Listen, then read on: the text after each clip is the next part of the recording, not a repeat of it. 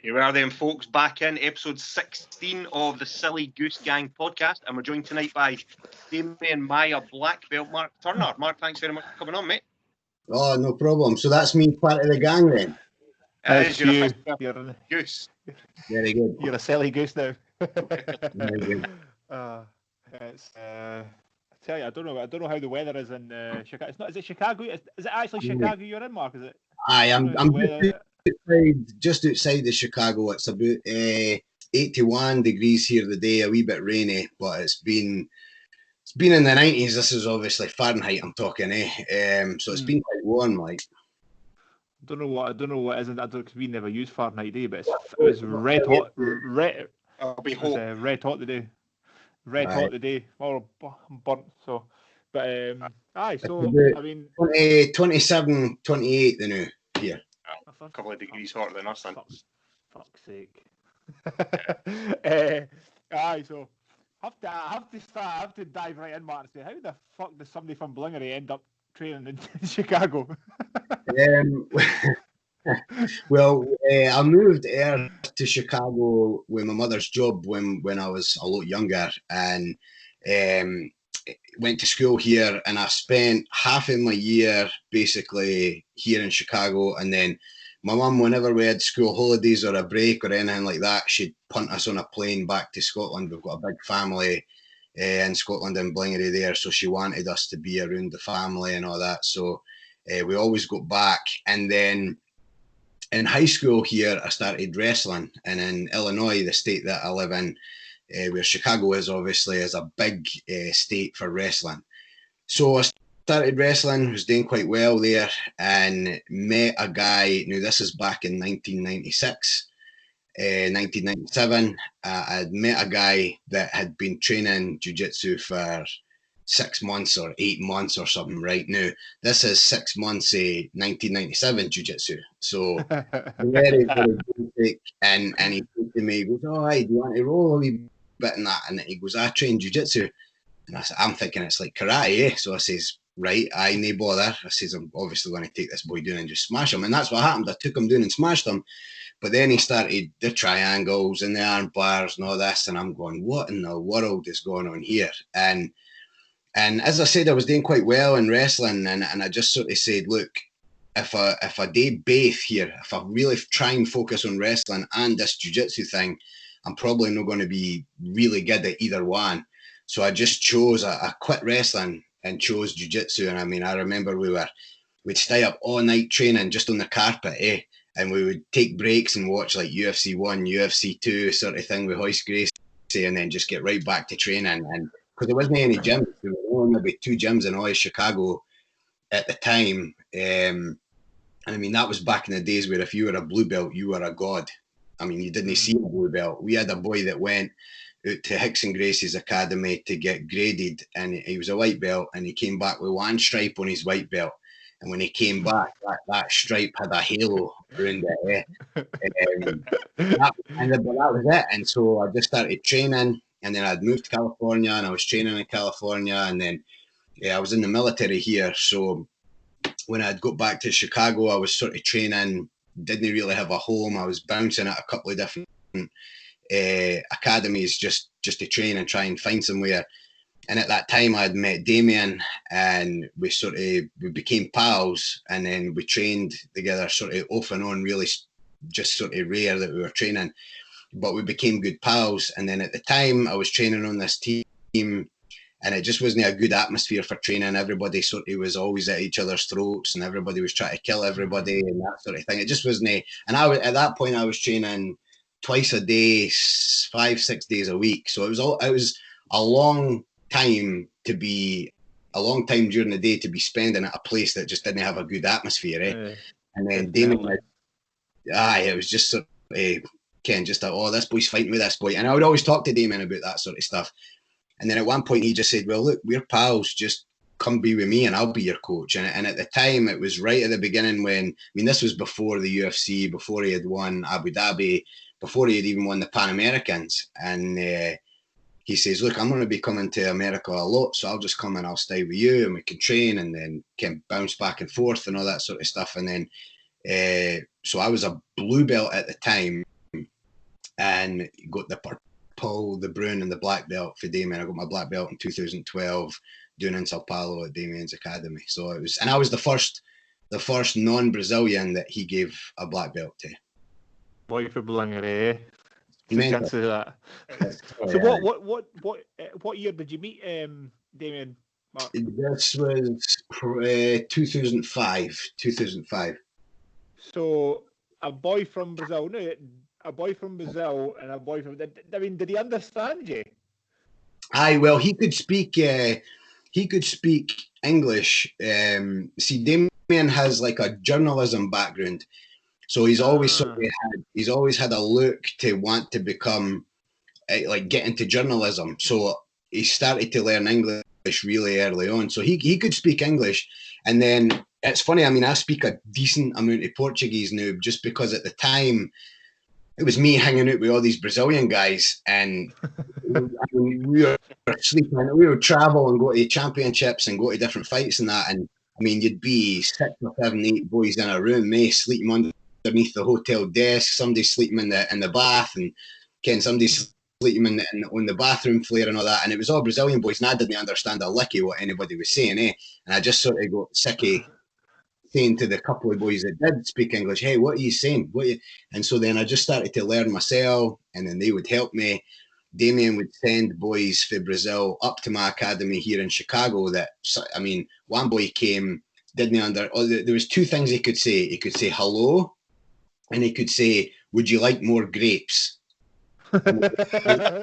And when he landed here, you need to know. that was it. Eh? And so when he landed here, they were the only 2 things he could say. But through that, obviously, Damian's thing was, look, I'll send you these boys. They'll help the academy. They'll help train with you there, and you can help them, and you'll help them learn English, and they'll help you. And it just, so we did that a lot, eh? And then, I mean, I became very, very close to Damian's coach, Wagner Motta, who's at my house all the time. He basically, I mean, he's got a bedroom in our house. My daughter says, "Oh, that's Vaginal's room."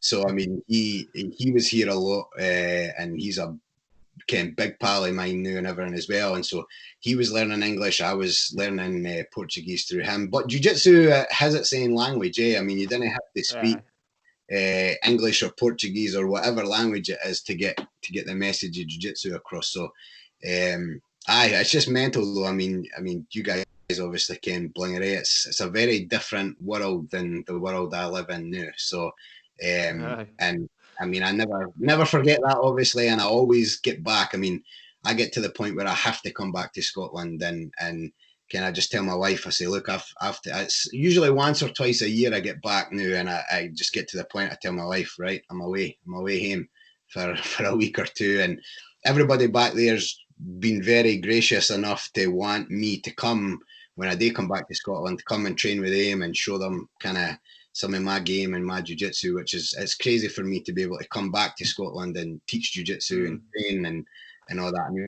when I left Scotland, there was 0 jiu-jitsu in Scotland. When I left in 1992, so there was 0 jiu-jitsu in Scotland. No. I don't actually know when the first. Sorry, Ali. On you. No. I was just going to say I don't know when the first jiu-jitsu school would have opened in Scotland. I know a lot of guys, Jamie Henderson and stuff. I know you've done a seminar there, Mark. I think he's been sort of within the last 10 years. He's opened his school. Our professor Dan Reed he started about 2008. So I don't know when. Like Rick Young probably, but I don't know when he. I don't know when he opened his academy. I think Rick was first, but Rick was doing a lot of like traditional martial arts and all that as well. Eh? I don't know Rick really well. I know obviously Jamie. I know a lot of people that know Rick and speak really highly of him, but I've never met him. I've never trained with him or anything. I've never been there either. Every time I get back, it's sort of on the list of things to get done, but I just never get a chance, because when I'm back, I'm either training or. I mean, last time I was home, it was with Damian. We took Damian to Scotland, and I believe he's went and down and sparred. He done some rolling with Stevie Ray. Oh, aye. Stevie, I've kent for a long time. I love Stevie. Stevie's his son boy is fantastic, and I mean what he's doing and what he's been able to do, it's so good for Scottish MMA and Scottish Jiu-Jitsu is really, really good for it.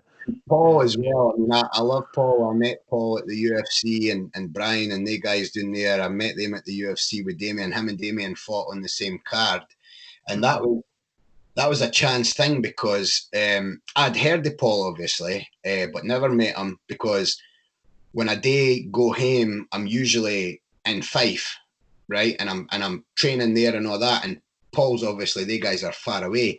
So doing Motherwell way and all that, and we met at the UFC, and afterwards we were at the hotel having a drink and that, and just got on really good with the guys, obviously. And Paul said to me and Damon, he goes, "Hey, would you be interested in coming and doing a seminar at mine?" And I says, "Aye, Ken, we'll sort it out. But you know what it's like, you're out, you've had a good night, you had a few whiskies and that, and thinking, you might just be saying it, well, I mean, me and Damien, we're up for always going anywhere. Hey, if you want to train with us, come train with us, or we'll come train with you." So Paul says, "Aye, come on, let's do it then." This was a week or two after we got back for the UFC, and then we set it up and went there, and it was crazy. I was only in Scotland for 2 days or something, and Damien was in Russia and met us in Scotland for Russia. It was a crazy 2 days, but we got a lot in. We got training with Stevie and got training with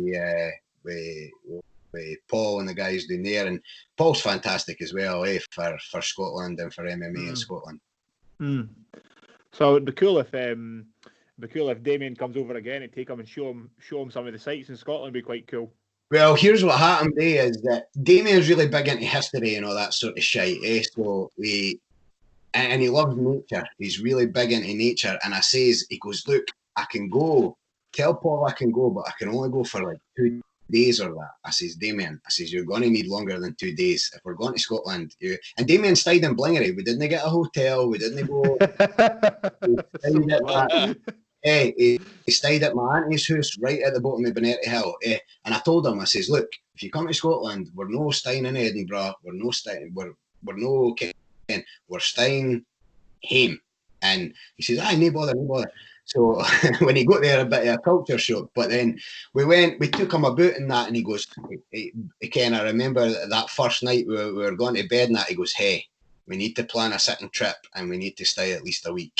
So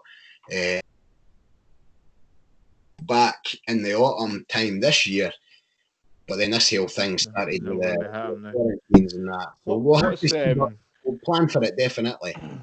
What's hilarious is there will be somebody in Blingery who probably seen Damien and Kenny went, did I just see? Why the fuck would Damian Maia be in Blingery? That's stupid. And probably never thought about it. Somebody probably seen him and went, "No, I think I've seen him." No, I was getting messages from a few people that didn't train jiu-jitsu and that, and were saying, "No, look, can you bring Damien down about 9:30 and I'll get the bairns up in that and get the breakfast and then he can see the bairns." And I'm going, "What is happening here?" No, you know what I mean? Too much. That gets about. I know. So it was our friend Ramsey who kind of set this up and messaged you. So when I was speaking to Ramsey last year, he said that Damien was going to be coming across for you. And he was like, imagine if Damien and Mark are go for a pint in Blingery someplace. Just like this thought. Damien, if we had time, we would have been doing it at the Institute. We would have been. I mean, that's so funny. That's the thing. Damien's like that. He's no. I mean, Damien will stop. And so when Damien started in the UFC, we spent a lot of time training with Vanderlei Silva, right? And we would go to Las Vegas and we would train there a lot, and obviously spent a lot of time with Vanderlei. Vanderlei would travel with us to go to the different UFCs and that, and you can't go anywhere with Vanderlei Silva, right? I mean, it's crazy the amount of people that come up and talk to him, and just if you go out for Starbucks or something, you're in Starbucks for an hour because he takes the time and he stops and he talks to everybody and doesn't take a photo and all this, but he chats with people. And Damien said, "Ken, I'm always going to be like that because it's the fans are what make this MMA thing happen." So Damien's like that as well. I mean, he would sit in the chute and eat a couple of pints and talk to all the locals. I mean, he definitely would do that. Ken, and he's never said to me when we've said, hey, let's go do this, Damien, whether we're in LA, wherever we are, he's never said no because I didn't want to be bothered. He's never said that. So we'll definitely, when we get back to Scotland, we'll be in some of the local haunts. What's what we've found just doing this podcast just for fun during lockdown is we've had some really cool guys on and fighters, guys who do. I mean, it's mostly jiu-jitsu guys, some MMA guys. They're so down to earth. There's no way in any other like walk of life. Somebody even in your position, Mark, who's black belt, a highly respected black belt. So there's no way you'd get a highly respected scientist to come and talk to us. Because why would he? So in jiu-jitsu and fighting, people are cool, like super cool, way cooler than they should be. Aye. You know what I mean? It's a fantastic thing. I always say this, like jiu-jitsu. I was talking to somebody about this the other day. Actually, jiu-jitsu is the one sport where you can actually practice and spend time with the top level guys. Like if you're never going to get to a shoot around with LeBron James. You could love LeBron James. I mean, you couldn't even, hey, I'll pay money. It's just not something that you can get today. Eh? Tom Brady, when are you ever going to get to just go and chuck the ball about with Tom Brady or kick the ball about with Ronaldo or something like that? That's no something that happens. But I mean, I've been in jiu-jitsu rooms when I was a purple belt and some of the top stars in the world are on the mat, and I'm going, what business do I have being on the mat with these boys? This sort of thing. Yeah, so jiu-jitsu is brilliant for that. MMA as well.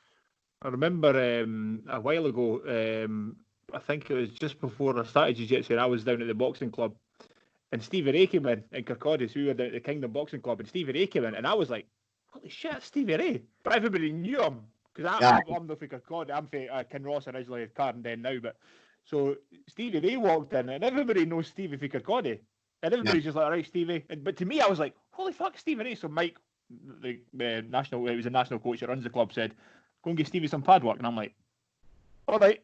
I took Stevie in the pads. Sounds a pound. Such a nice guy. That's what's cool. I mean, that like you're saying, that would never happen. A singer, an actor, fuck. Why would they ever talk to common people like us? It's a really, really cool thing about it. So, I want to just double back, Mark. You'd said that you had the boys come up from like Sao Paulo from Damian to train with you up in Illinois, and you said you were teaching them English. Please tell me that means there's like a little enclave in Sao Paulo that drops like Neebs, Neboa, Ake. Like... Well, I don't know if you've seen him or no, but Marcelo Manga. I've heard the name, he came and he trained. So I was training a lot and was going to see the Clarks a lot. And at the time, they wanted somebody to come and teach at their academy. And they had asked me if I would go there for 6 months and teach at their academy. This was, I'd have to think, maybe 2010, 2012, something like that. And I says, no, I can't, obviously. I mean, I'm here and I've got my family and all that. I says, but I'll find you somebody. And so I said to Damien, I says, look, the boys in Scotland are looking for somebody to come and teach at their academy. I says, let me ken who, and we can send them there, eh? And he had said Manga would be interested in going. And I had kept Manga really well. Manga had spent a lot of time at my academy and stayed with us a lot and all that sort of stuff and helped out. And he's a fantastic teacher. He's a really strange guy, but he's amazing. And so he jumped on it and he went and he stayed there. I think he stayed for 6 or 8 months or something out there in Scotland and taught at the Clarks Academy there. And I think it was when they had the Team Unity gym at the industrial estate. And and they were teaching them all the shite. They were teaching them all the swear words first and all this, and then Ken and Manga would phone me, like, oh, look what I've learned, sort of thing. I'd be going, oh yeah. So and Manga's a cartoon anyway. Yeah, he's just one of the people that's just a cartoony person. He's brilliant. And I says, oh no, these boys are going to hear him up to no good, like learning goodness knows what for them. But Manga, Manga does ken a lot of the words we use and all that sort of stuff. So. That's brilliant. That's brilliant. Man, that's funny. Some boy in Brazil just fucking calling somebody. He can't swear at the Brazilian because I know what he say, but he can call him a ball bag. Aye. I have no idea what he's talking about. That's fun. That's funny. We know because I had to phone somebody on Tuesday. I had to phone somebody and cancel a flight. I was actually meant to be going a Globetrotters camp in Iceland. So I've had to phone and cancel my hotel. When I was on the phone to an American, and she just tried to speak to an American, and they just all you get is, "Sir, I don't understand." You're going, "Fucking listen." You know, I mean, you have that problem. It's like that. It's like the Burnistone skit with the lift, eh? But see, I mean, I've stayed here long enough. I can how to speak sort of slow enough for them and all that. But I mean, I didn't notice it so much with the people that I'm around all the time, like the people at my work or my family or the academy or that. They sort of understand. It's when you just run into a random person.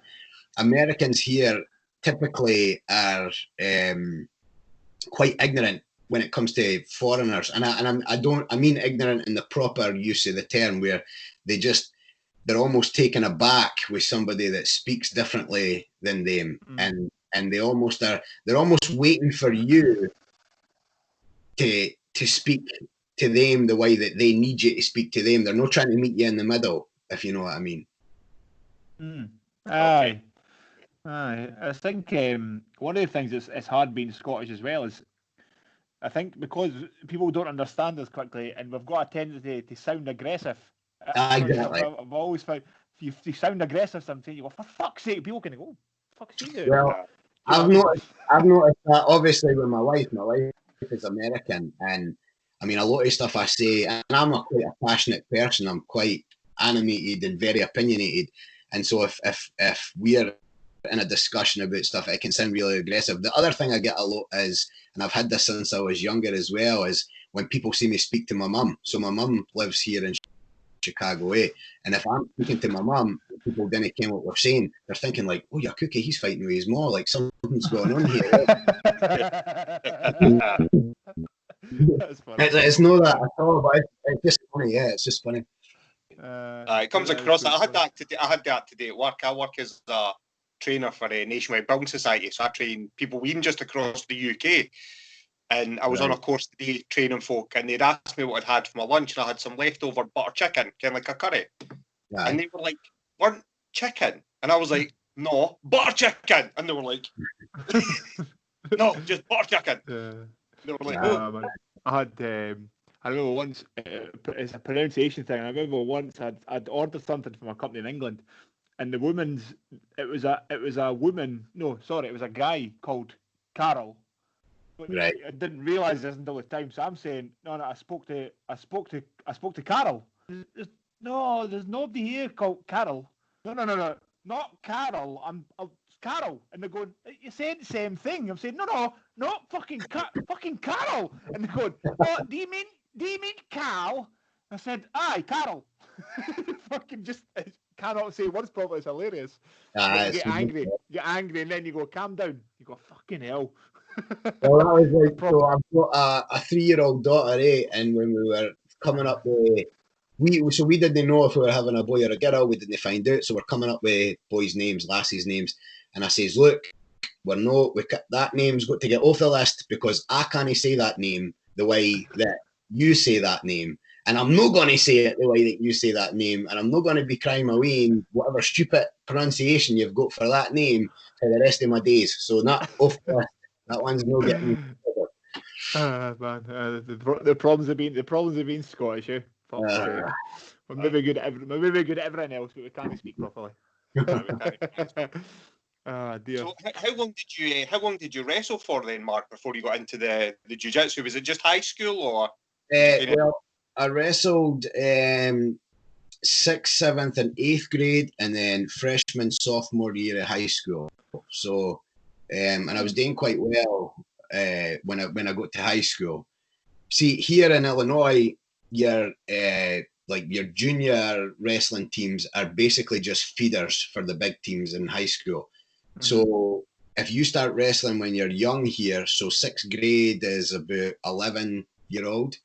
You start training when you're 11-year-old. By the time you're in high school, the purpose of these junior teams is to get you ready. So I was already wrestling like on varsity and that as a freshman, which typically people will no wrestle varsity till they're a junior or senior in high school, eh? Definitely, yeah. That's still a fair amount of wrestling, though. Aye, but what's funny is, I play half guard, obviously. Everybody knows I play half guard. I pull to the half guard all the time, and I will wrestle up. Like I'll wrestle like a half guard is just a single leg on the ground, right? So I'll wrestle up and take single legs and basically get sweeps for there, right? But it's funny, I always pull to the half guard. People think, but you've got a wee bit of a wrestling background. You'd think you'd use that more. But when I started jiu-jitsu, it was basically close guard. It was all it was Hoist Gracie style, close guard, and lie on your back and look for triangles and arm bars was basically jiu-jitsu at that time, in the mid-90s, and later 90s. There wasn't even, I remember the half guard wasn't even a position. I always talk about this in my seminars and that. It wasn't even a thing. It was basically the half mount. If me and you were fighting and I went for your full geared into your half geared, your coach would be telling you, escape your hips, put them back in the geared. It wasn't the half guard at that time wasn't an active place to fight from. It was, in jiu-jitsu was mainly, if you're on top, you're passing, which is obviously the same today, but if you're on your back, it's full guard, and that was basically it at the time. Interesting. It seems now you're looking back, it seems a bit like, why would you only have? It just seems bizarre that that's the way you would do it. Like obviously that's what it was at the time because nobody had come up with anything else. But the big benefit was you could fight off your back with jiu-jitsu, where in wrestling it's finished. Judo, it's finished. If you're on your back, where the big allure and the big difference in jiu-jitsu was if you're on your back, it was almost advantageous to be in the guard than it was to be on top, because passing at the same time wasn't very dynamic. It was basically not even like a proper knee slice. It was basically, step the outside leg over to pass. It wasn't there wasn't a lot of very dynamic passing like we see today and all that sort of stuff. So it was pretty basic jiu-jitsu, but the big thing was so I got very used to being in the guard. And then when I started training with Damian as a late blue belt, he's obviously a big half guard player. He just told me, start playing some half guard. And I said, all right, well, you're pretty good. I'm just going to copy you and try and make myself a mini you. And that was it's always crazy to me. Why would I be Damian Maia's student and play spider guard? Not that there's anything wrong with spider guard, but if you've got a guy like that there, why not try and copy some of his game? Because if I went to Damian and said, hey, Damian, I'm playing spider guard, what should I do here? Or I've got this problem there. He's going to say, well, I can help you, but it's not really my thing. He's just going to sort of look at it outside looking in, where if I was playing half guard or the way that we pass very similar as well, I can go to him directly, and I can ask him. It's his thing as well, so it's much easier. It was much easier for me to get to a higher level that way than if I tried to reinvent the wheel. Yeah, a lot of that common language as well, isn't it? Like you were saying, even if you couldn't speak English, Portuguese, whatever at the time, you could still talk positions, and you could understand what you were talking about from even like a kinesthetic, or a moving body kind of way.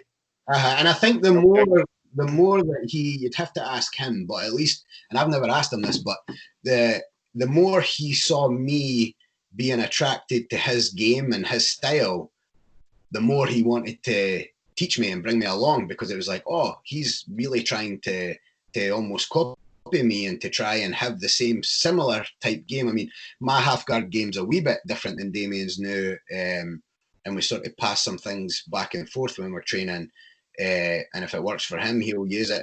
If it works for me, I use it. But at the time, it was like, no, this guy's good at this game. I'm going to just plug into that. And the more he saw that, the more energy he put into me, I think. So are you sort of a believer, Mark, in having like one specialty and then just being strong everybody else? So there's a lot to that question. I think once you get to a very high level, I think yes. But I think as you're coming through the belts, blue belt, purple belt, at least until you get to you're a solid brown belt, I think you should be exploring. And then once you get the black belt, that's almost the time where you start solidifying what it is you're going to be in your style. I mean, put it this way. I competed in 2018. I competed 41 times, right? 41 weeks out of 52 weeks of the year. I was traveling and competing all in the IBJJF. And there's a lot of people like me in the IBJJF that compete every week and travel to different cities, and you see the same people. Everybody in my divisions, all the referees, all the ring coordinators, when you see me, you know what you're getting. You know you're getting I'm going to pull to the half guard, and I'm going to be looking for an underhook. And if I can't get the underhook, my game. But a lot of people, especially say blue belts, if you two are in the academy, you might say, "Oh, I'm not going to go for that because Ali's definitely going to. He knows that I like that grip, or he knows that I like this position." So you start trying to make stuff up in the middle of that role, or in competition, in the middle of a match. That's not normally what you do. So my opinion is, why in the world would you do that? My goal is I go to my academy every single day and I work on something enough to where I can tell you, right, I'm going to do this. Here you go. Here's what I'm going to do. You've to figure it out. You've to stop it. And that way I can control everything that I do. And then if I run into a problem on Saturday in Texas at a competition, and I was having trouble finishing that sweep, or the boy he was causing me problems because he was trying to pass, or I couldn't get the grip I wanted, then I can come back on Monday and work on that tiny wee detail all week long and fix that problem. Where if I'm just gone and I'm trying to, like a shotgun, I'm trying to figure it out and for a very wide sway, how am I ever going to quantify fixing things and adjusting things when I'm just being random? So, but as a jiu-jitsu player with less experience, you've got to explore. You've got to find what you like to do. And you know what you like to do. You have to find your game, essentially. Exactly. You find it, but then once you find it, that's it. It's like anybody else. Say Michael Jordan. You knew what his game was. It was that turnaround fadeaway jump shot. Nobody could stop it. Everybody in the gym, before anybody even went to the stadium the night, they knew that was Jordan's move. But nobody can stop it. And so it's just like that as well. I mean, all the top stars that you watch, they've all got their game. Very rarely do you find somebody at that level who's just sort of winging it and doesn't have a plan and is just sort of, all right, the day I'll try this, and then if I have another match next week, I'll be completely different. You never really see that at a high level. I suppose that makes sense. I mean, if it's tried and tested and that's what you're good at, what you're saying, why would you try and deviate from that path? When you're working on something? As a blue belt, I wouldn't be trying to pigeonhole myself into one game. Like, say you like, I mean, what guard do you play? Do you like? I've interestingly, I had started before lockdown. So I competed in November, and then from November, I had just started playing with things, just ideas. Ali would tell you, and I just kind of thinking about things, going, I wonder if this will work. So it's kind of not caring about getting submitted or anything, and just going playing with some ideas I was thinking about in my head. So I had started playing more with a kind of half guard, and just trying to figure out things because I just find it a strong position, and I'm very difficult to pass from that position. So I had started playing half guard quite a lot, and just trying to figure out. And I wasn't really getting anywhere. But I was just trying to work it. It was very hard to pass and stuff. So that's kind of where I'd got into. I was just playing with ideas. And so my advice to that is keep playing with that, keep exploring that, keep trying different things for there, but then you just pigeonhole yourself there as a blue belt sort of thing. Yeah. But take notice of it, train with it, and then you'll see it. Just it'll develop as you go. The problem I see a lot is, and like for instance, I know a lot of the guys at Atos, right, in San Diego. A lot of them have come, trained at my academy, they've stayed at my house. I travel on the road with the Atos guys. I'm friendly with a lot of them, and so I travel with them. A lot of their young guys, they're very pigeonholed, blue belts, purple belts on certain techniques, whether it's a berimbolo or whether it's whatever, right? Whatever technique you think it is. And outside of that, if you can take them outside of that game, they're finished. Right? Now, as a blue belt, that shouldn't be the case. The thing here is, as a blue belt, if you're that stuck on one game and somebody takes it out on you, you've not got the experience to be able to get that back. Where a black belt will, just based on experience, and we'll have a plan B. And when I say plan B, it doesn't mean, oh, that didn't work, I'm going to my plan B. Plan B is distant, right? It's very distant. I'm able to plan A, and if you take me out of plan A a wee bit, the rest of my game revolves around getting back to plan A. Very rarely am I looking to go plan B. I'd rather die on the hill that I'm standing on, sort of thing. But as a blue belt, you just didn't have the experience to play that game. So, if you're a blue belt, let's say you're trying half guard and you're at the championship and it's no going your way, well, you should have a really solid plan. What's that other thing I do in the academy all the time that works really? Let me just switch to that because I'm a blue belt. Even if it's a world championship at a blue belt, at the end of the day, it doesn't really matter. I mean, I've won big tournaments as a black belt. I've won big tournaments as a blue belt. At the time I won them as a blue belt, I thought, oh, this is fantastic. Knew I didn't even think about them because I was a blue belt. Who cares? I mean, what? When you're a black belt, what's the point of being a blue belt world champion? Yeah. No, it's quite. It's actually funny because it ties into kind of the original idea that me and Alec, when we're talking about doing this and talking to people, what we're saying was, nobody gives a fuck what a blue belt thinks about jiu-jitsu. Like, we realise that ourselves. So we're talking to you and you go, well, cool, blue belt, who cares what a blue belt thinks? Really? So no, I'm not saying what a blue belt thinks. I'm saying that, for instance, I could sit and tell you everything I won as a blue belt right now on this podcast, and neither one of the three of us are going to care about what I did as a blue belt. Right. But at the time, I needed to do these things, and these things were valuable to me, and they helped my progression. But the context of the things that I did as a blue belt was that helped get me to black belt. I quit when I was a blue belt. Then good, maybe I could talk about the things at barbecue and whatever else. But the new, I think, as a blue belt, as a purple belt, obviously as a white belt, everything you do at the belt levels is just to help you develop. And you're going to run into big struggles and get frustrated, and you're going to run into big wins and you're going to celebrate them. But you just have to keep the perspective of, this is just development. It's just getting me there. What I was meaning more in terms is, like, me and Ali, if me and Ali get somebody on to speak to and they're a blue belt, nobody cares what blue belts are sitting talking to each other about. You know what I mean? It's because a blue belt's just fucking, you know what I mean? We're not done any fancy illusions or anything. Here's the thing. I actually, so I'm a coach as well. I've got a competition team that I coach. I've got, our academy is about 150 people. The competition team is really strong, does really well. And I actually I've got blue belts that compete at big championships and that win and do well and lose and all this. So I actually sit and I watch blue belt matches because now, do I enjoy watching blue belt matches? To be honest, no, really.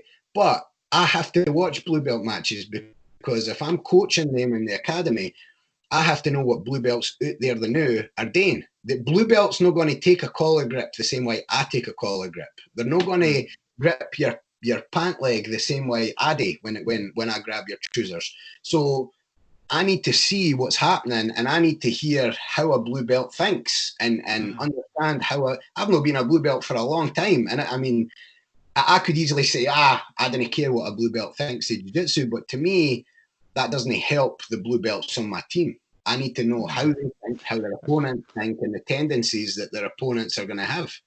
That's an interesting. That's an interesting perspective, that, actually. Yeah, it makes sense from a coaching. I come from a coaching background, and it does make sense that you want to see for want of a better word, what the trends are in your division or your age group or whatever it might be. Do you know what I mean? And there's nothing worse than rolling up. Again, I've not coached in jiu-jitsu, but I've coached in other sports. Like I used to coach and play American football, for example. Right. And there was one team used to run a completely different offense to every other team in the league. And the first season they unleashed that, they won the championship because everyone went, "What the fuck is this? How do we stop this?" And by the time we worked out how to stop it, they'd already ran the league.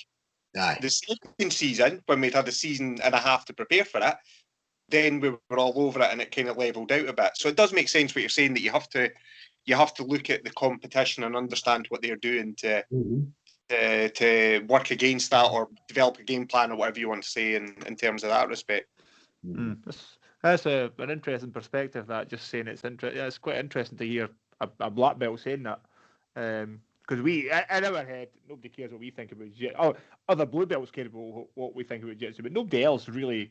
Nobody goes, "Oh, that blue belt's got some great ideas." It's just kind of, yeah. But it's interesting to hear you saying. It's interesting to hear what. Here's another real life story, right? We were training at my academy, and Damian's coach was at the academy for a couple of weeks, Wagner Mota. And one day we were training, say like bow and arrow, right? A bow and arrow choke for the back. And Wagner says, "Hey, watch this. I've got a really good defense for the bow and arrow choke, eh?" And so he did this defense, and it's something I'd never seen before, right? And I was like, "Oh yeah, Cookie, that's brilliant." And it's impossible to get choked for the bow and arrow if you do this. It's not an escape, but it stops the choke, right? Like, and I didn't care who's doing the choke; it stops the choke. And knew you want to care what that was, what that is. Right. So he's doing this, and I says, "Oh, Vaginal, that's brilliant. Who came up with that, thinking he's going to tell me one of the black belts. Damian's got like 20 odd black belts in his academy, so probably more than that now. But I'm thinking he's going to tell me. He says, "Oh, a blue belt showed me that." Right? No, it's the best. It's incredible. And I says, "A blue belt?" And I'm thinking about it. I says, "Well, that makes sense. Who's getting choked by bow and arrows a lot in an academy like Damian's? The blue belts." So this boy, through trial and error, trying to sort out, look, I'm just sick of getting bow and arrow choked here, found a way to create this thing to stop it, so that, because here's the difference between you and me, right? I need very little time to react. I process jiu-jitsu faster than you. That's it. Right? It's not about me kenning any mystical secrets or mystical techniques. My processor just works faster. I can make decisions faster and better than you can. So this boy getting submitted all the time had plenty of time to realise, look, I can't escape. I can't process fast enough to escape this bow and arrow choke once these guys get me to where I'm dead to rights. So what can I do to create some time for myself so that I can maybe figure it out? And he developed this way, he grabbing his own lapel under his own hand. Like, so for instance, if I'll show you, I could go get a gi top and show you, but I'll try and show you now. So say your bow and arrow choking me across this way, right? He would take this lapel and he would take it under his own leg. So the lapel's coming down here. He would grab it under his own leg and hold it, and then use his hamstring to pull against the lapel, which took the pressure off the choke. And it's really, really powerful. It's brilliant. I use it in the training. I mean, it's a great, again, no defense to that choke, but if you need time, and that boy's got a really good grip in your lapel, and when he first told me that a blue belt showed him that, I couldn't believe it. Well, that makes me laugh, because I remember early on, our coach John, he choked me in a session. I'm not even exaggerating. I think it was just me and him, because we usually train 7 o'clock in the morning, and I think it was just me and John. And he choked me. I tapped probably 30 times. He choked, and I was leaving far too much room here. So then I realised then, and I think Rams is about the only person that catches me now and with chokes this way, is I've realised I'm just doing this now. As soon as somebody gets a certain position, I'm tucking I'm just, you know what I mean? And it kind of makes sense, because I used to box. So it's like tucking behind your shoulder. Exactly. It's just tucking this in. And it's only because somebody kept doing it, and you go, fuck this. I have to figure this out. It's quite interesting. If somebody figures these things out, it's quite interesting. Right. So, it's interesting what you're saying, well, Mark, about like the processing power, because we had or the processing speed. We had Brandon McGaffron on a podcast a few episodes ago. He's one of the 10th Planet black belts, right? And he was talking about something similar, and he was saying like, say the way he spoke about it was like if he was set up a competition between like me, him, and Chris, and he was saying I need to beat you through a door. And he says you would, like me and Chris might stand back and wait for the door opening and try and leap forward. Exactly. Whereas he says you just lean on the door. Lean on the door, and as soon as the door pops a little bit, your weight slams you through it. And it's just his speed to move and exploit those little gaps. Whereas we're standing waiting like 4 yards away, like, I'm going to run it. As soon as Mark opens that door, I'm going to drop my head and run at it. Whereas Brandon was saying the smart the processing is, the tiny little movements, that you just wait for it to happen. I can, I'll lean there on the door all day. I'm not getting tired. You jump away, Ali. And then as soon as that door unclicks, boom, you're through the door. That's it. I mean, jiu-jitsu, if an alien came down and asked me, what is jiu-jitsu?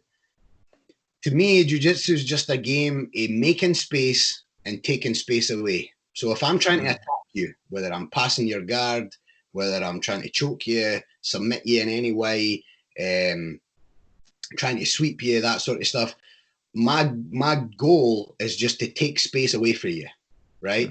Whereas if I'm the one being attacked, or somebody's trying to pass my guard, or I'm in trouble or this, I'm just trying to make space, right? I'm trying to make space and then use the space to get out of trouble. And then the opponent who's attacking is just trying to take the space away, hoover up the space. And that's all jiu-jitsu is. And if you can remember, whenever you're in a good position or whenever you're in a bad position, all right, what do I need to be doing here? Make space, take space away. It's very easy to figure that out. If somebody's in side control on you, you've got to make space. So in that position, think about, where can I make space? Get really good at making space. The guy is going to be able to still smash into that space and kill you, but just focus on making the space. And then once you can make it consistently, start thinking then about, how can I use this to escape, right? And you can even apply that to stuff that you already can, and start building it that way. And if you keep it that simple, if you keep jiu-jitsu that simple, I think you can develop a lot faster than somebody who's trying to figure out every single wee movement and what to do here. And I need to learn 10 arm bars and 5 guard passes and 20 sweeps. That's very, very hard for a white belt or a blue belt to take on that sort of a challenge. If you just focus on making space, taking space away, the game gets a lot easier. So one of the things, do you find that like with the internet and everybody putting tutorials out and all these kind of things, and Danaher's guys and all these, do you find that guys coming in as a white belt now want to learn all the fancy things before they learn how to pass guard, how to retain guard, regain guard? Are you finding that now at your academy? So I'll say this about like the online teaching and all that, right? First of all, for years, I've been involved. I don't know if you've heard the World Martial Arts. They did all Damian's DVDs, Drysdale's DVDs, all like Saulo Ribeiro's DVDs, Marcelo Garcia's first set. I mean, I'm sure you've seen a lot of the Ryan Hall's, right? I was involved in a lot of those projects, sourcing the projects, special advisor to the projects. I know the owner of the company, and was involved in a lot of the projects.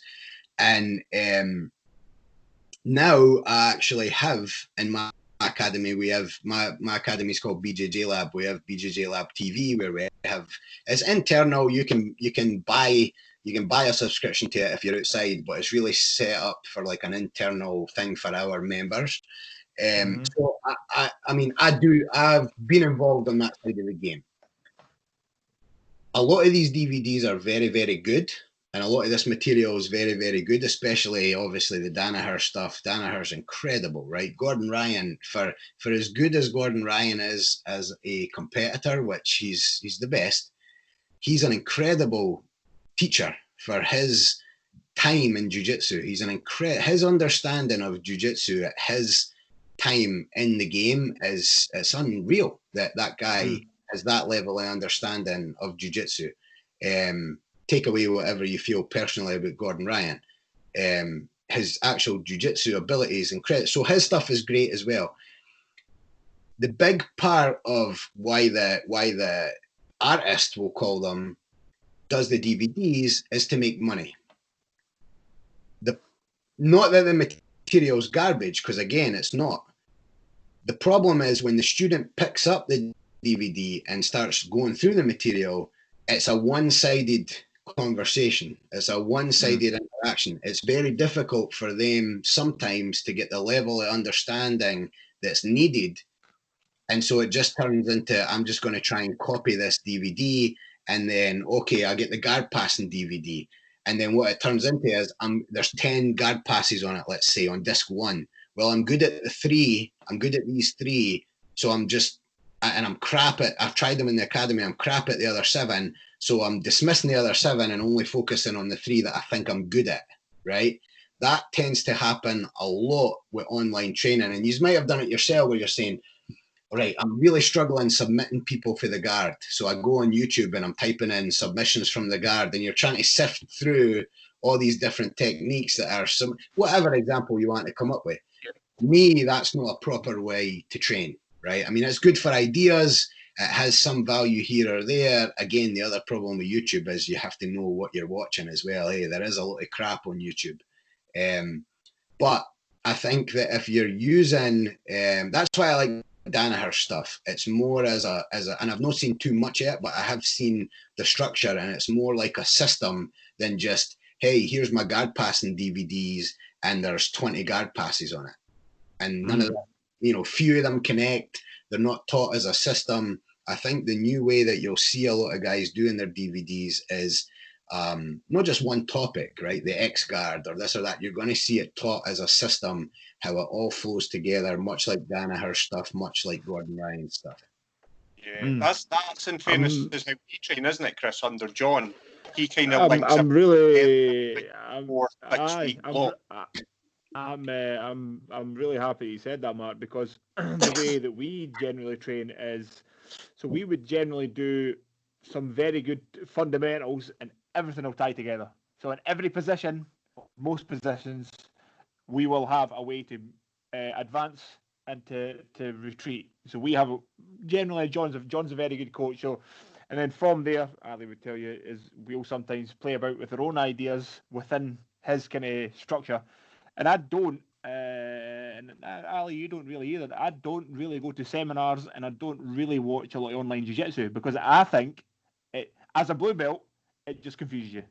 And you find these weird positions that might look cool, and they might work great in a seminar setting, and everybody goes, wow, how the fuck do I get repeatedly to that position?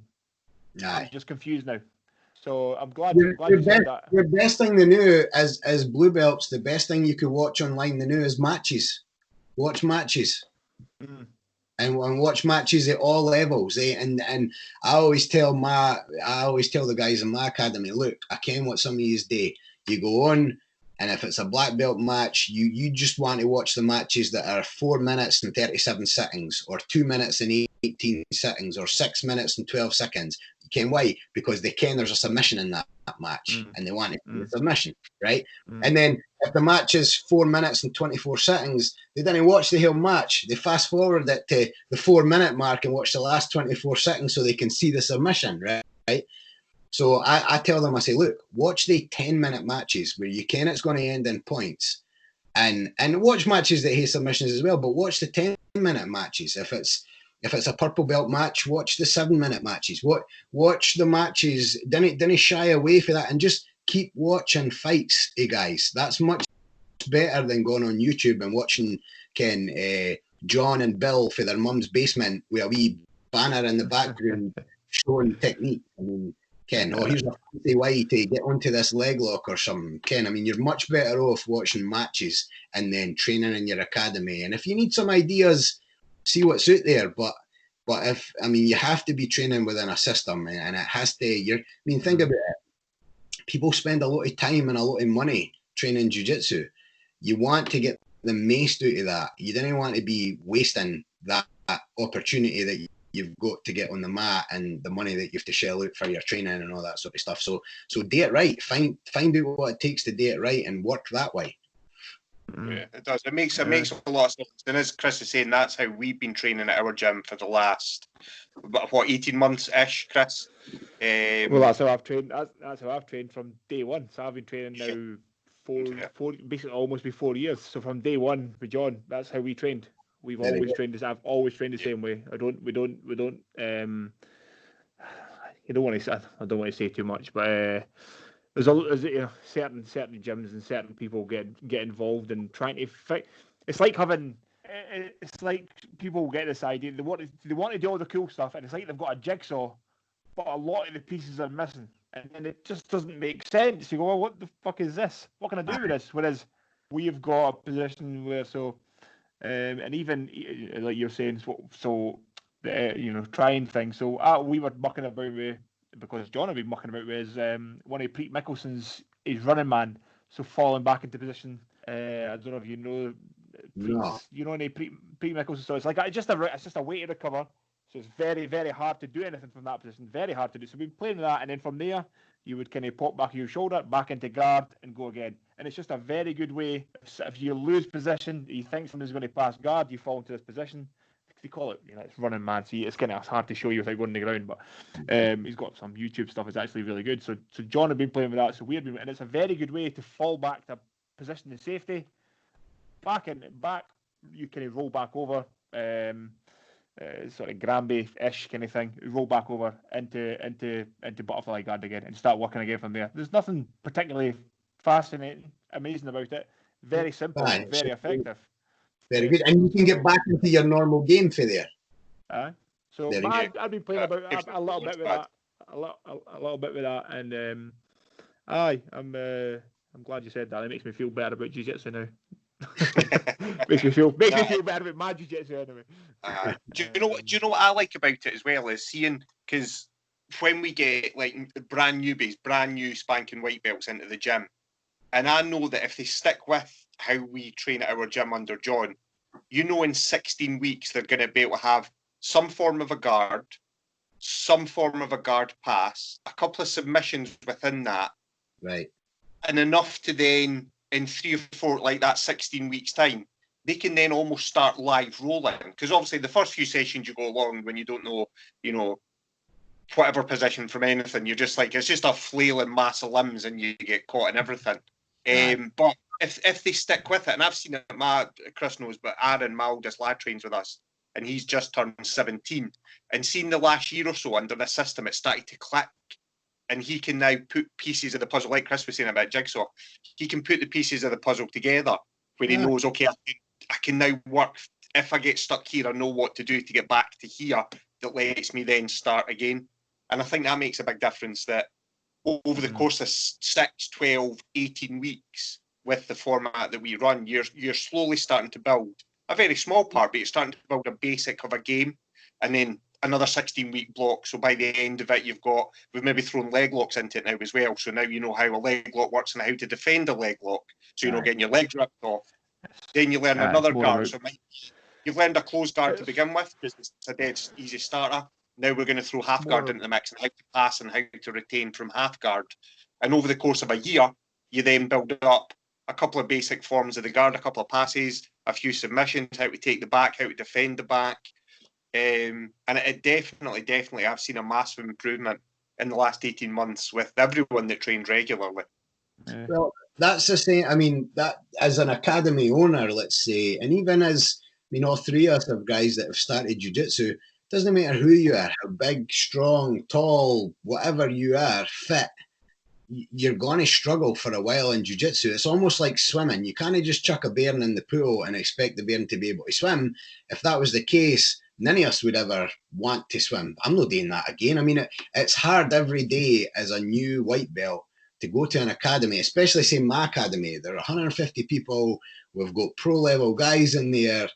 If you walk in day one and think that, Ken, just because I sat and spent 10 minutes chatting with this black belt, there's 11 black belts in my academy.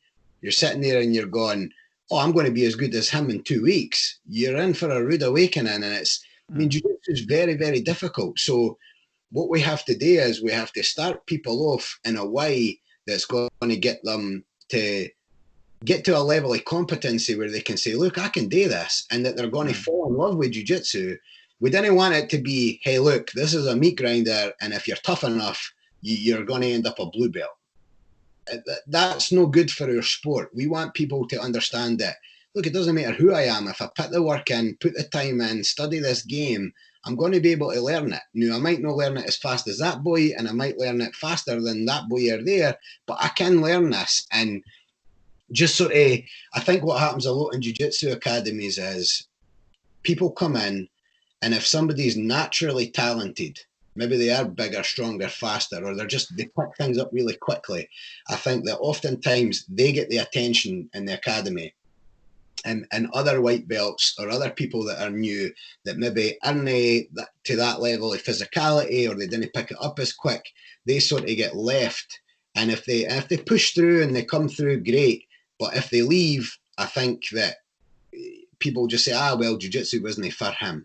Jiu-jitsu's for everybody, right? And me, I think it's a responsibility as an instructor to say, right, Chris, Ali, he's walking to my academy, he's wanting to learn jiu-jitsu. Hey, it's a long journey. Starts the day, let's go. Ken. And it's up to me to help you get through there, not to tell you, well, you've got to learn it, you're on your own, it's going to be hard, I hope you can get through it. Ken, that's we're never going to grow the sport that way. No, it's what's quite interesting is what you've just said is essentially just a metaphor for life. It's you should never look at somebody else and go, oh, I've been doing jiu-jitsu the same level as Ali. Why am I not doing what he's doing? Everybody's on their own path, and everybody learns at different rates. And somebody might learn armbars really quickly, but really bad with I'm still no. I can't quite. Something in my head doesn't quite. I can't quite get triangles. I can't create the angle. Armbars I picked up like that. It just made sense in my head. So it's like single leg X made sense immediately. But triangles, for example, just don't quite make sense in my head. I always go to switch for the wrong side. It's just, right. But it's one of those things where you can't get annoyed, right? You just go, I'll figure it. I'll keep chipping away at this. But you know, certain things, and Ali's kind of the opposite. Ali likes triangles. So everybody in life is on their own path. But I think maybe people concern themselves with what everybody else is doing instead of going, no, I'm doing this. I trust what my coach is telling me. And we'll get there. We'll all get there in the end. Everybody's improvement in the sport to grow is essentially what everybody wants to see. So, yeah, I think people should maybe not care about what somebody else is doing and just concentrate on doing the right things, taking the right steps, and improving overall.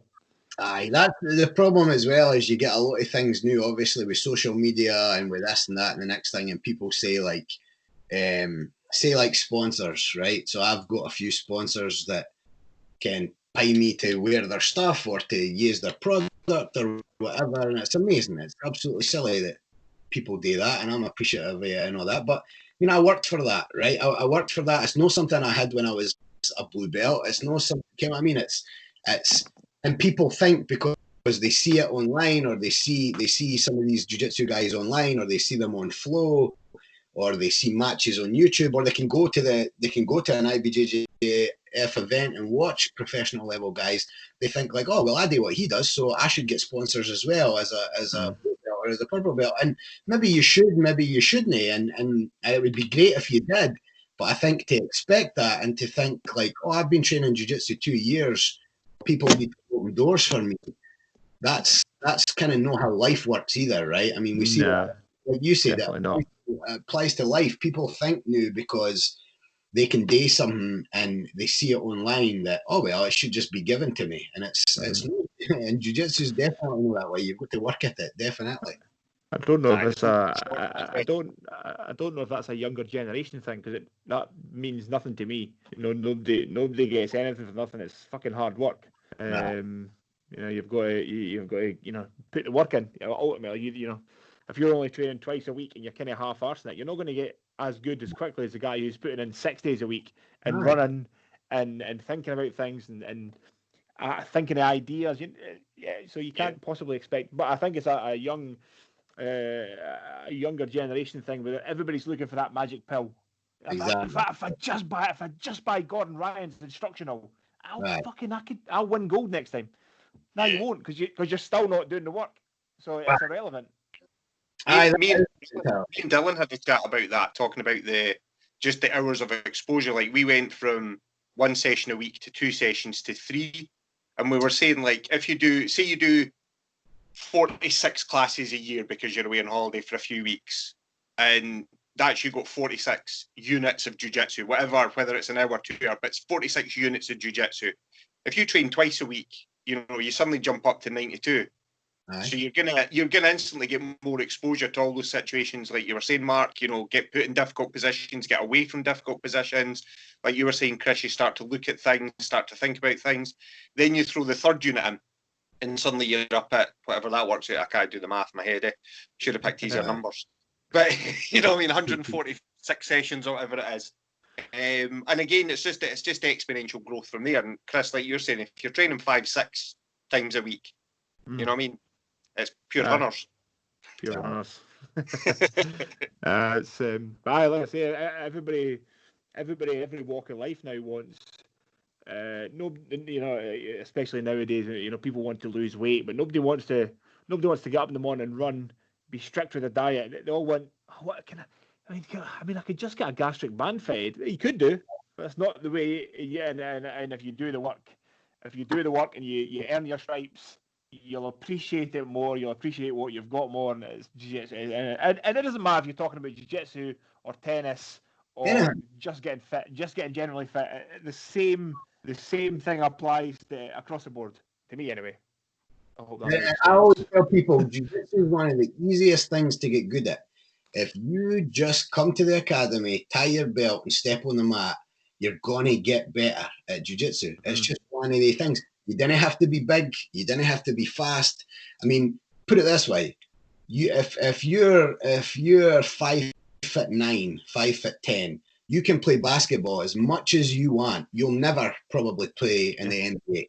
It's just not a thing that's going to happen, and so you can practice as much as you want. You're never going to reach that goal if that's your goal. But jiu-jitsu doesn't have that. If you just show up and you train, you're going to get better. And look at me. It's silly what I've done in jiu-jitsu. Stupid, right? And especially somebody like me, for where I'm from and all this sort of thing. But you put the work in, put the time in, you're patient, you put the effort in, it can definitely happen, people have obviously done a lot more than me, but it's that same recipe. It's just keep going, and then you get there. So we had one of our first guests that we had on was, do you know Ian Mackey, Mark? Fairland sprinter. He went to Atlanta 96 and Sydney 2000 Olympics. Oh, very good. Fade on Fairland. Really nice guy. One of the nicest guys you'll ever meet. I've known him for a while. We train at Petrivi together sometimes. And we're talking about this, and it's like trying to take, because Ian was from, fuck's sake, what's the bit in Dunfermline? Abbeyview, sorry.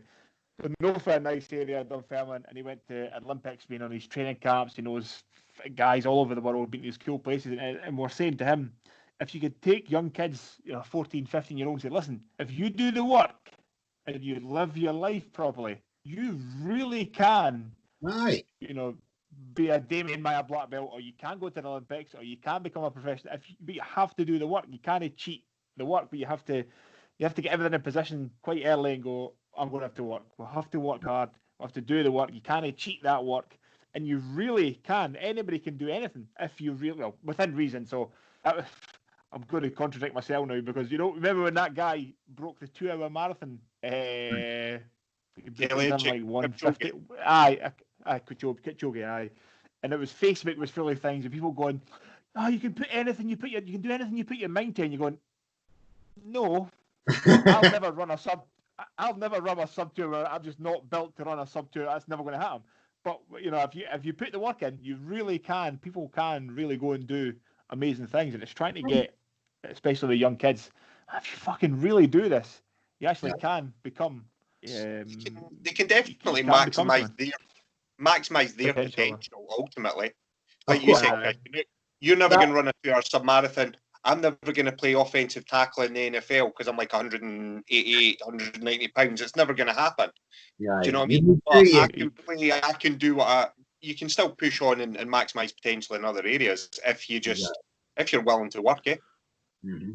Well, and I think part of the work is identifying the goal, right? I mean, like you said, you could have the goal to play offensive line in the NFL, and you could do everything. I mean, you could even eat as much as you can to try and get bigger. You could do all this stuff, but you've not got the genetics for that. You're 188 pound. It's just not going to happen. So you could put all the work in. At the end of the day, be disappointed and say, "Look, I thought if I just put the work in and I maximised all the work I could ever do, maximised my potential, and it just didn't happen for me," I would come back and say, "Well, the very first part of the very first bit of the work was identifying the proper goal." You can identify an incorrect goal for yourself and work as hard as you want at that incorrect goal and not get the result you want.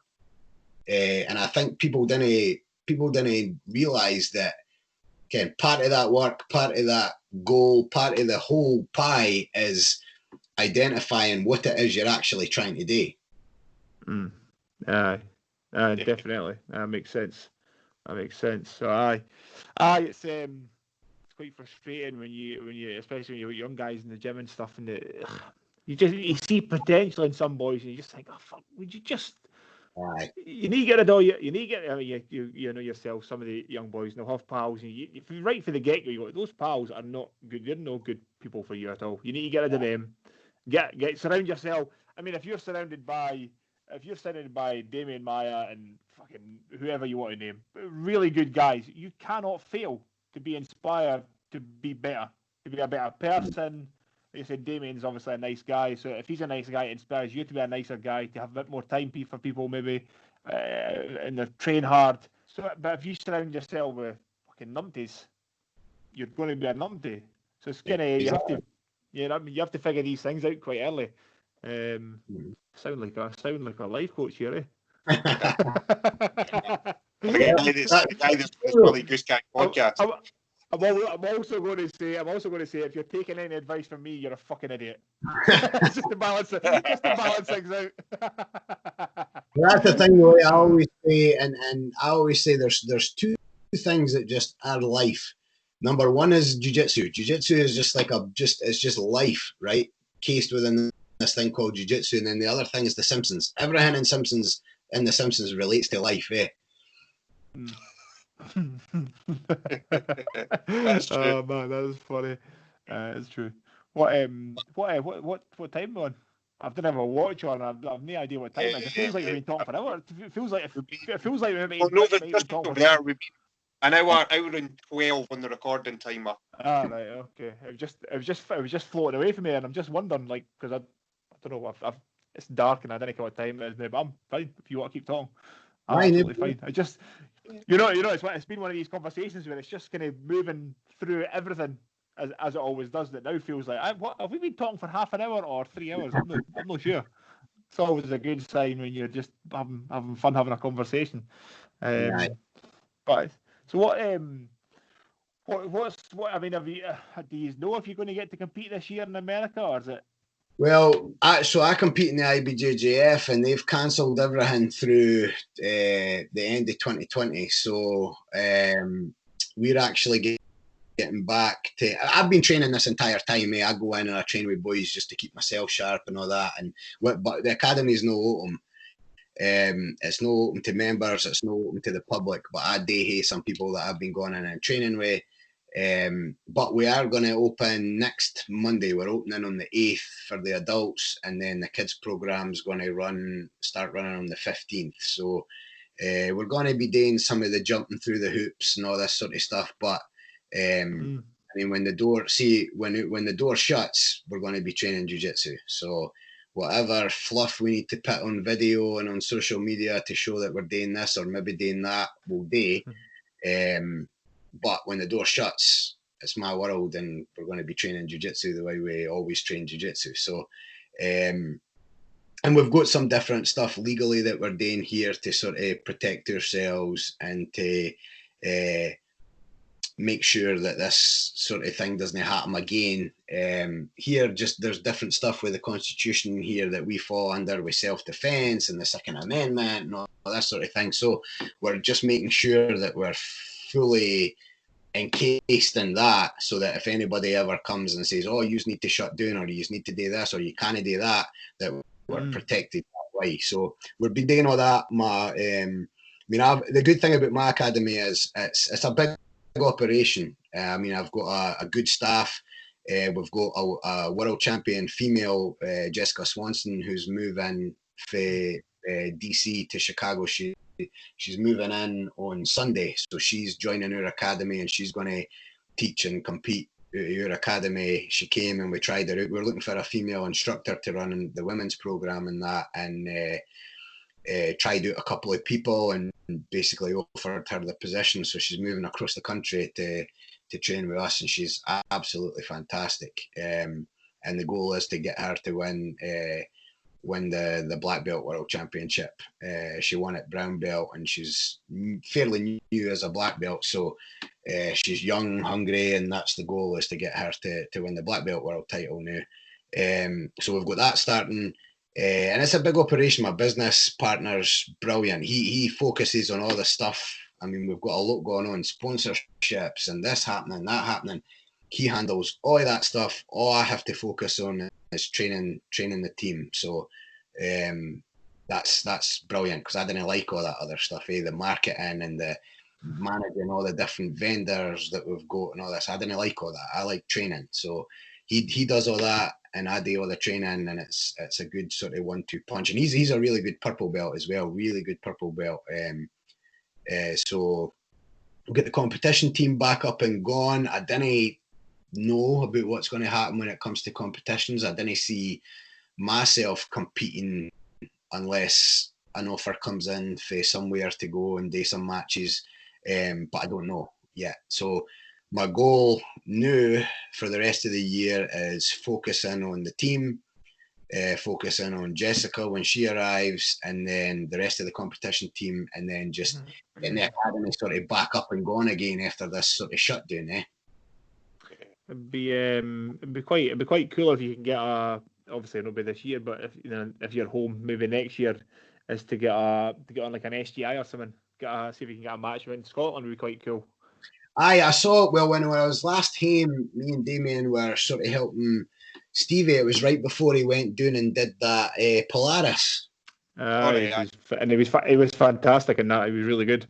Aye, and so, I mean, and I ken some other people that have competed in Polaris as well, and I fancy that just because it's obviously it's in the UK and all that sort of stuff. And I love coming back and teaching in the UK. I mean, I was supposed to be coming back in July, and I was going to be going back to Jamie's. I love Jamie's academy. His academy is really, really good group of guys there. And then I was going to go down and teach a seminar at Paul Craig's as well. But because I was coming back in July for a wedding, but that's obviously, we're not coming back in July. So I can imagine I'll be trying to get back by the end of the year, but I just don't know. It depends on Damian as well with this whole thing, what's going to happen with Damian, when his next fight's going to be. But it's just crazy. Normally my entire year is sort of planned out, and then this thing is disaster. I was kind of hoping that so I went to Naga last year in Amsterdam. I was kind of hoping that might still be a thing, but I don't think that's going to be. I don't think that's going to be happening, and maybe ADCC in Manchester in start of December. But I can't see anybody. I don't know. It's hard to say. I don't know if people are going to want to be desperate to grapple and just go and do it, or people are going to be a bit maybe standoffish for a while, saying, I think you'll be all right. I think guys will be all right rolling within their own academy or their own gyms. I think that competition might be tough, especially travelling in inverted commas overseas to like mainland Europe or something to train. I think that might put a lot of people off. But well, I mean, I'll tell you this: I travel. I mean, I do the circuit for the IBJJF, and I mean, I'm in usually 6-7 countries a year competing. And I mean, some of the places, and it's not a knock to the countries, but like for instance, I go to Mexico City often, and it's just, I mean, when you're in Mexico, I mean, every time I've come back from Mexico City, I've been sick with something, some sort of cold, or you're just kind of, it's just some other places as well. I mean, I've got to Spain, I've got Brazil, the place, and you're thinking like, goodness sake, that was always a worry before. Not that I'm scared of COVID-19 or anything, but it's just, how is it going to be? Are people going to want to do that? I think an IBJJF championship where there's thousands of people there and people can for white belt to black belt competing, is that going to be a thing? Ken, is that going to be a thing right away, or are you going to go to the championship and nobody's going to be there, sort of thing? It makes you wonder if they might change it. I mean, will they go down like a white and blue belt one weekend, maybe purple and browns the next weekend, and then maybe have an elite level black belt and things like that? I don't know. Will they be able to have 1,000 people in the room together? It seems unlikely anytime soon. I know. I don't know. Maybe they have to change it. I don't know. I mean, it's just silly. We've got the new, and if one used to do this, I'm sorry, but I have to say it. Like, you've got people here that are driving about in their car by themselves with a mask on, and no, they're not. I mean, to me, like, what are we doing here? And you say, kind of like my wife will say, "Oh, just let them be," and I say, "No." You didn't want to let the people be. You want to call them numpties, and you want them to ken that they're numpties, because that's part of the problem, that they think that that's actually doing something, Ken, or stupid stuff here where, like, you could so here was the one, the governor here in Illinois said that, right, 2 people on a boat, right? So if I've not got a boat, but let's say I had a boat, me, my wife and my 2 kids get in the car and we drive down to the dock to get on the lake and take the boat out, right? Only 2 of us could be, we live in the same house together, we drove in the same car together, but only 2 of us can go out on the boat, because if 3 of us or 4 of us, heaven forbid, went out on the boat, that's dangerous as far as spreading COVID-19. And you just think, like, Ken, and somebody actually asked them that in the press conference. Wait a minute, are you saying that if families go down to the dock and they are in the same car, they can't go on the boat together? And the boy's going, aye, that's the way it's going to be. And you're thinking, and if this is where we're at, and this is what's considered, Ken, the plan, then something's not right here, eh? It's been a bit the same over here, eh? There was one that, I don't know again how close you're following it over here, but a couple of weeks back, England came out of lockdown to their next level a couple of weeks before Scotland did, and I think it was, I can't mind which one of the politicians it was, one of the Tory government was on doing their press conference, and they basically said when England opened up, you could go and sit in a park, but you could only meet one other person from another household in a park. So let's say, like, me and my wife went to a park. We could go to the park together. Let's say we wanted to meet, like my parents, for example. I could meet my dad, but I couldn't meet my mum. Yeah, it's stupid. Sandra could meet my mum, but not meet my dad. But if we sat in a square with 2 meters between everyone, and I just pretended I didn't know that person to my left, that's my mum, and Sandra pretended she didn't know the person to the right, we could all technically sit, but we couldn't actually come together and say we all know each other if we were asked, because that's breaking the rules. Right, silly. And what's the okay? So if you talk to your mum, if you talk to just your dad, you're not at risk of COVID-19, and you're not at risk of spreading it. But if you talk to your dad and your mum, that's dangerous. Well, my mum works in a school for kind of badly behaved kids, and they're kind of residential. They'll stay in the school. So my mum, she'll be in a classroom. She's still working. She's worked right way through. So she'll be in a classroom with 10 kids, 12 kids, and that's fine. But she can't see grandkids. She can't go and see my sister and niece and nephew. You think, well, why? How does that make sense? It's crazy. But I mean, it's ultimately nobody really. So I understand it to an extent. They're trying to make, one thing fits everything, and it never does. You've got somebody try to, if you think about the size of America, or even just, the state of Illinois, things are going to be, they've probably put something out on paper and went, that makes sense, and then you actually put it into the real world and you go, that's fucking idiotic. Yeah, but there's so many moving parts. I kind of make that kind of stuff, as stupid as it is, I kind of understand, because they're just, what's quite interesting, what makes me, it's kind of funny about this is, so you kind of, everybody kind of holds the government of the government, and it's supposed to be these fantastic people. This has just made you realise that they're just fucking people, and they don't really know any better than what we know. And Aye. they try to guide this ship without a rudder. It's just fucking chaos. Well, I mean, my thing is, in your area here, if you catch it, so if you have COVID-19, and this is cumulative over all the age ranges, your percentage of dying if you catch it is 0.02%. 0.02% if you've got it. So why are we stopping the world for something that will kill 0.02% of the people that catch it? And you could say, I mean, obviously, oh well, you accept, Ken, are you accepting that some folk are going to die? Well, aye. I mean, we do that all the time. We allow people to drive cars, and we can that every year some people are going to die in car crashes. You know what I mean? We take these risks, and we sort of use actuarial data to plan how much risk we're willing to accept. You know what I mean? We do it with everything. So to say that this, I mean, I understood in the beginning because everybody was thinking this was something, a horror film, eh? Like we just we didn't ken, but knew that we can sort of what this is and what it isn't. I think we need to be a bit realistic because it went for we need to shut everything down to make sure that the hospitals can keep up if they have to. To know it's we need to shut down until there's a vaccine, or some folk are saying shut down until it's totally eradicated. I mean, goodness sake, we've got vaccines. We've got vaccines for the flu. We've not totally eradicated the flu here. You know what I mean? Yeah, totally. No, 100% agree. I think I was saying this to my pal earlier on. I'm saying I think we're going to look back in whether it's a year or it's 5 years or it's 10 years. I think we're going to look back and go, why the fuck did we shut? Why did, like you're saying, why?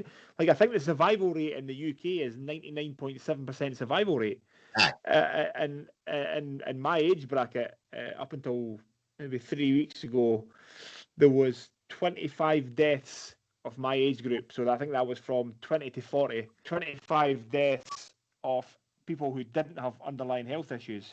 And that's I did a bit of googling. Just started googling stupid things. 26 people a year die of things falling off roofs.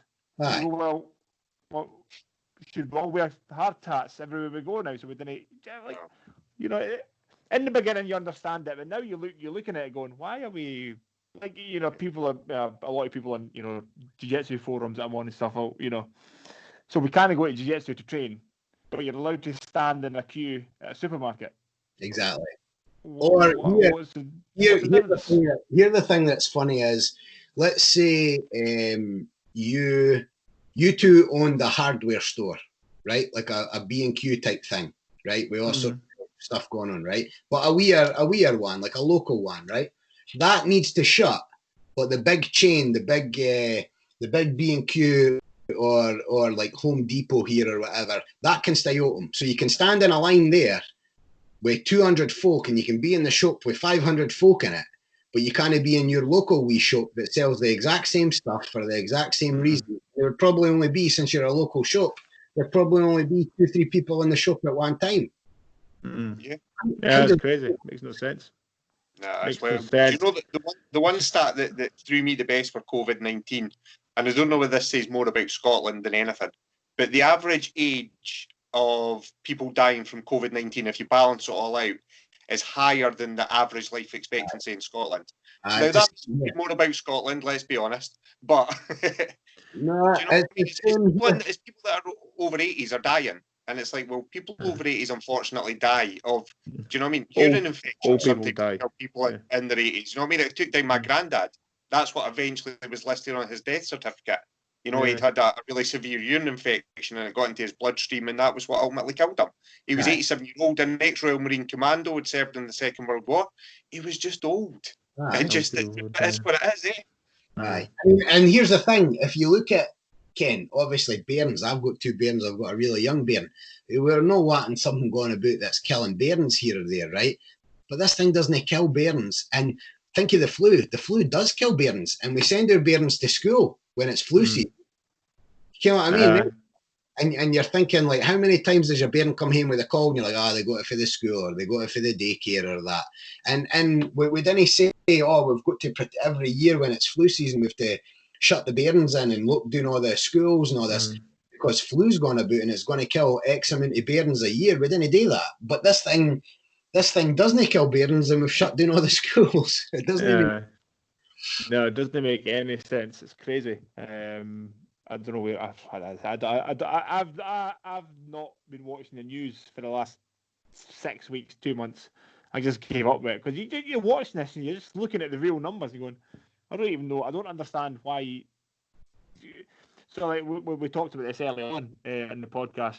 So I live in Carndale, so the woods are quarter of a mile away from me. And at the time, we were allowed out once a day to exercise. And I never listened to that at all. I'm going, I go out there and run in the woods. I'll see 2 people walking the dog, and I'm not getting within 5 feet of them. Why? Like, why am I? Can that make sense in London or in LA or something like that, where it's dense? But here, why? You know what I mean? Why can I not go? It's the whole thing's fucking mental to me. The sooner we can get away from it, the better. But I didn't have an awful lot to say on it because it just pisses me off now. It pisses me off. And this is just silly, and it's actually doing more harm than good. I mean, they're looking at the suicide rates. There was. I think I've seen something like that in America. Something like the amount of people who had committed suicide in LA was staggering. Staggering amounts of people. There was a study done in California. I think it was San Diego, LA, and San Francisco, and they said that within a month, in all 3 cities, they had more suicides in a month than they sort of predicted for the whole year. Mad. It's insane. And the thing is, it's going to be like you were saying, Chris. It's going to be even the medium to long term. There's going to be a lot of businesses not coming out the back end of this. No fault with the road. So I missed what you said there, Matt.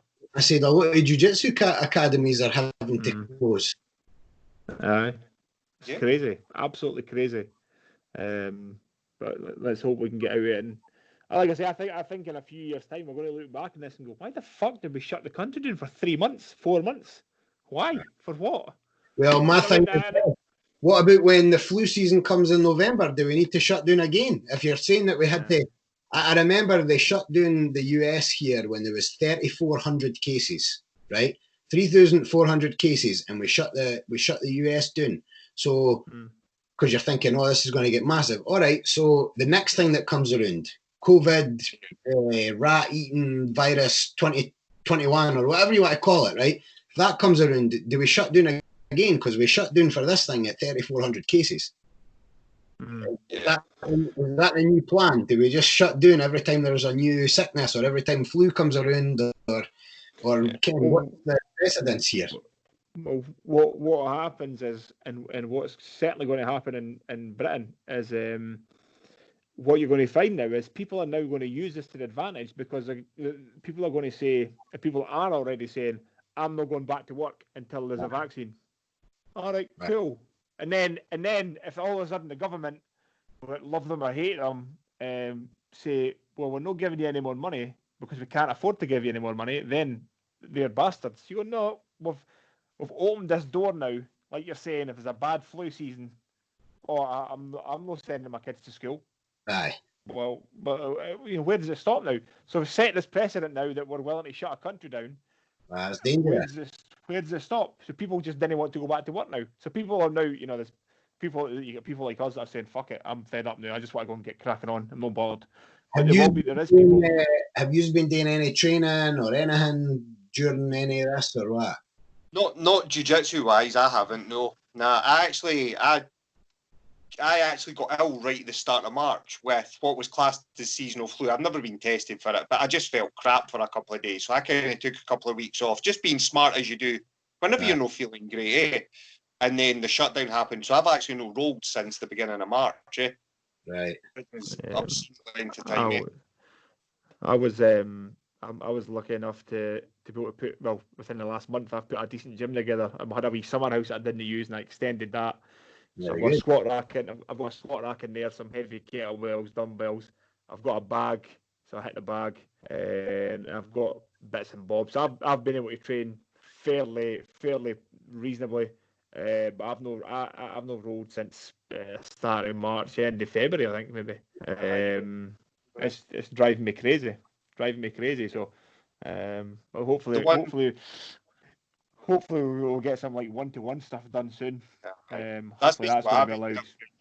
Like I was saying, because Aaron trains my laddie, I ended up buying mats pretty early on, and we just maybe even just once a week throw them down in the grass at the back and just work a few basic, just to keep moving, so we don't forget which way a Kimura goes or which way the triangle goes, and you end up spinning the wrong way or whatever.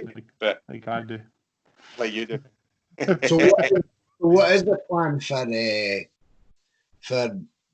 the academies and that opening? Have you heard anything yet as far as that goes? What I heard, gyms won't open until August. It'll be October. That's what I've heard. Is at the earliest for gyms. That's not jiu-jitsu gyms. That's just gyms in general. And they're going to have to make sure that everything's treadmills are 6 feet apart and all this kind of nonsense. For jiu-jitsu, I think it's kind of because it's quite like a niche thing. I don't know if there's been any mention of that as such yet, but I seen something from Boxing Scotland on their Facebook that there was going to be something implemented that they could do something for boxing. So if you could do something for boxing, then you can surely grapple. I mean, it might be a case that you have to, before you go into the academy, maybe clean your feet with sanitizer, clean your hands with sanitizer, and the mats will have to be disinfected every single day. That might be the case, but I mean, it's not a bad thing really. But I don't know. I don't know is the honest answer. See, we had a thing here because we sort of were saying, all right, well, there's no classification for jiu-jitsu or that, so it basically was like gyms. So we were saying, all right, when these things came out, we said, let's see where we are. Are we gyms? Are we this? Are we that? And so we got a couple of lawyers involved, big lawyers that are, if I told you some of the companies that this guy represents, you'd ken the companies, big worldwide, massive companies and that, and he's actually one of the students at the academy. He's one of the purple belts, and he's an incredible attorney. And so what we ended up doing was we started looking, and because you're thinking, well, are we a fitness centre, a gym, this? We sort of looked at it as, we were able to look at it as that we teach self-defense, because jiu-jitsu is a sport, but it's also self-defense, because there's a lot of stuff in the writing that says contact sports and physical contact in sports not allowed and all this sort of stuff. But we said, okay, well, we teach self-defense, and we've got a lot of police, firemen, first responders, military and all that we teach, and that's protected under the Constitution here, under the Second Amendment, which is the same amendment that allows me to carry my gun everywhere, every day. Every day I am one of the mental people that carries a gun.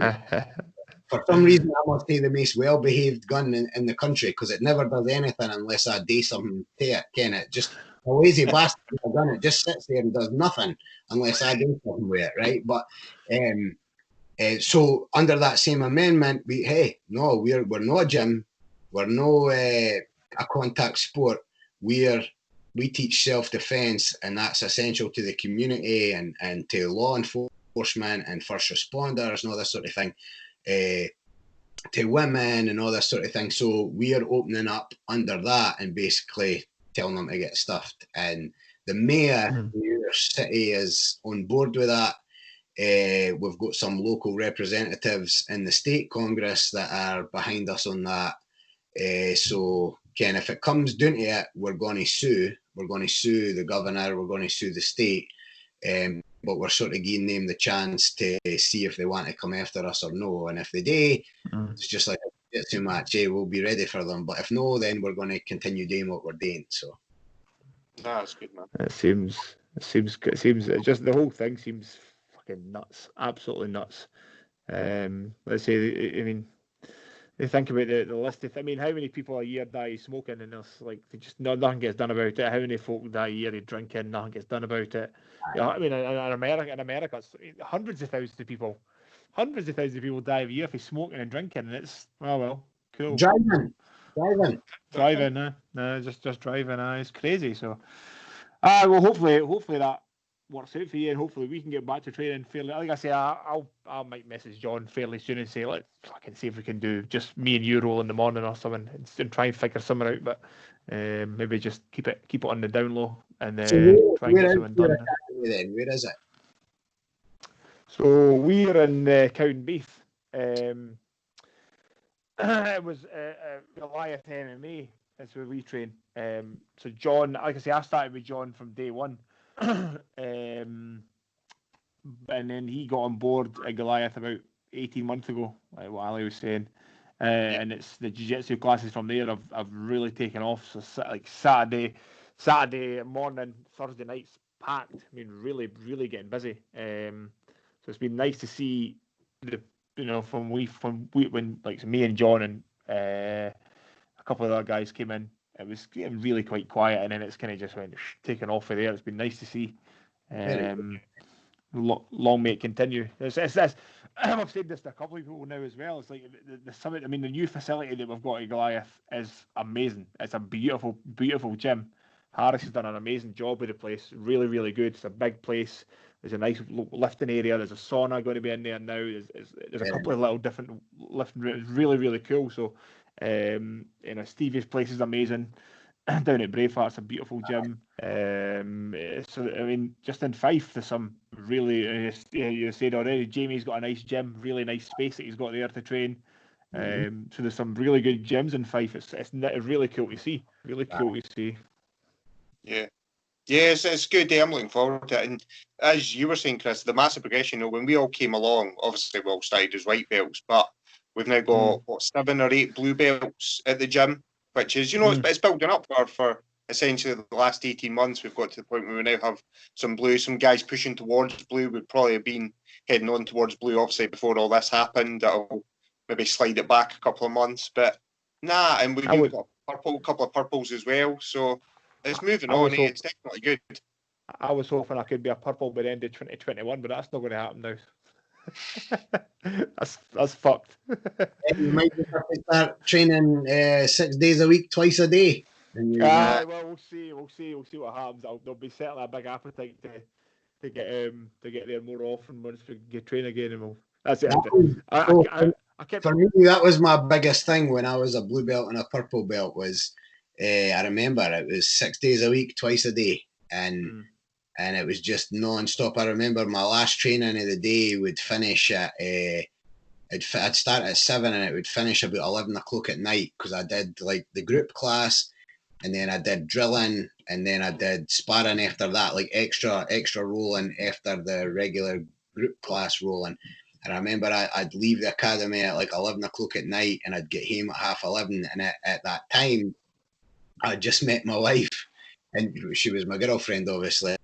And she's thinking, like, Ken, this isn't normal. What are you doing till 11 o'clock at night? Sort of thing, training, Ken. And so the good thing is she never kent the difference. So now I train sort of, my evening training goes for about 6 to 7:30. So it's a wee bit more manageable for at least. But I mean, that was the biggest progression I had, was when I was a blue belt and a purple belt, just because I was constantly training. So one of the things that's I do quite a lot of other things as well, Mark. So I've done some marathons and triathlons, and I was supposed to do an Ironman this year. So one of the things that was cool last year was, and Ramsey was one of the people that said, like, when I entered Naga, I just basically did jiu-jitsu for 12 weeks, and he said, like, the difference in my game just went through the roof, because all I was doing was jiu-jitsu. So one of the cool things is, because everything that I was meant to be doing this year has been cancelled, I'll basically just train jiu-jitsu for the rest of the year into next year. So hopefully I should get 6 months to basically just doing jiu-jitsu. So hopefully I can make up for some time and work on some things and kind of improve again. But we'll have to be able to get in the gym first. Get that first stage out of the way, yeah.